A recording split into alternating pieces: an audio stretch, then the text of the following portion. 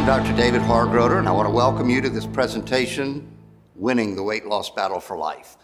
Have you ever been told by a friend or family member, maybe even your doctor, if you would just eat less and exercise more, you wouldn't have this problem?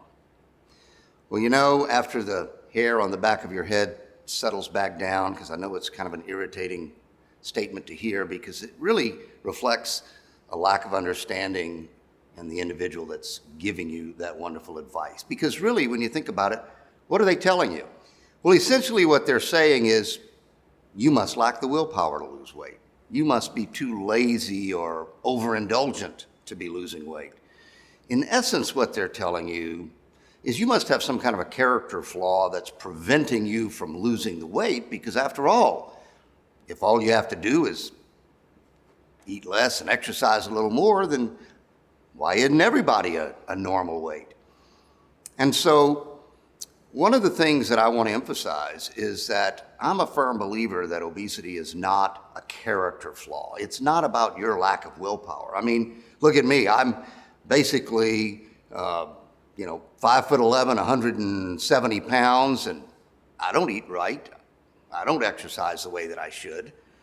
Does that mean I have better character, better willpower? Of course not.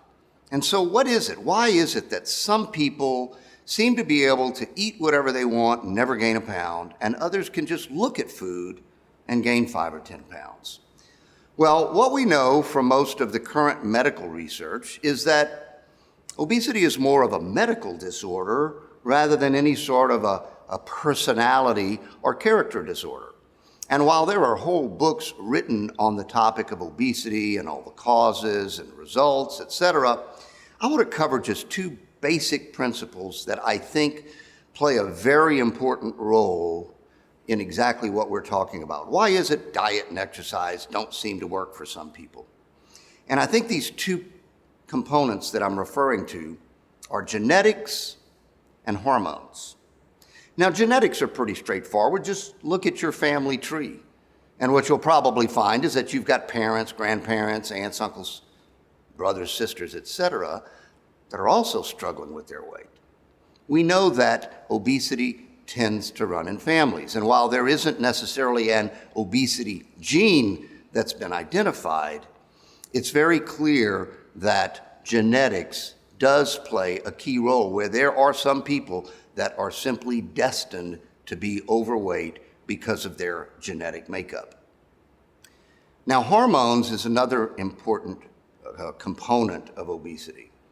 A hormone, sort of as a simple definition, is a chemical produced in one organ of your body that has its effect on another organ of your body.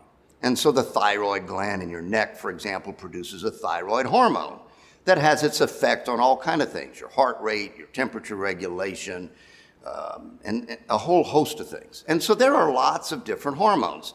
As a matter of fact, within the gut, within the GI tract, there are a dozen or more hormones that have been identified, some of them simply by numbers and letters because they're still under a scientific investigation. Now, I don't want this slide here to kind of overwhelm you, because I just want you to get the gist of the fact of how complex the hormonal system is. There's always an action and a counteraction. There's an action and a feedback mechanism that keeps our body in sort of a homeostatic or a equilibrium, if you will. Well, what this slide is supposed to represent is the GI tract that you can see all the way from the mouth to the anus going across. And then there are these various hormones that have their effects on different parts of the body, the liver, the gallbladder, the pancreas, the hindbrain, et cetera, et cetera.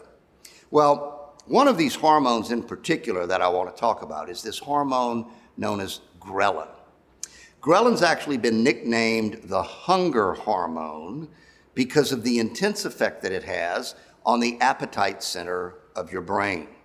Now, what ghrelin does, and ghrelin is produced in the stomach, but it has its effect on the appetite center of your brain, and it stimulates your appetite to make you feel hungry. So that's why it's called the hunger hormone. So guess what happens when you decide to go on a diet with all the willpower and just all the determination in the world? You're going to lose that weight once and for all. As soon as you start losing weight, your ghrelin levels start climbing. The more weight you lose, higher your ghrelin levels go.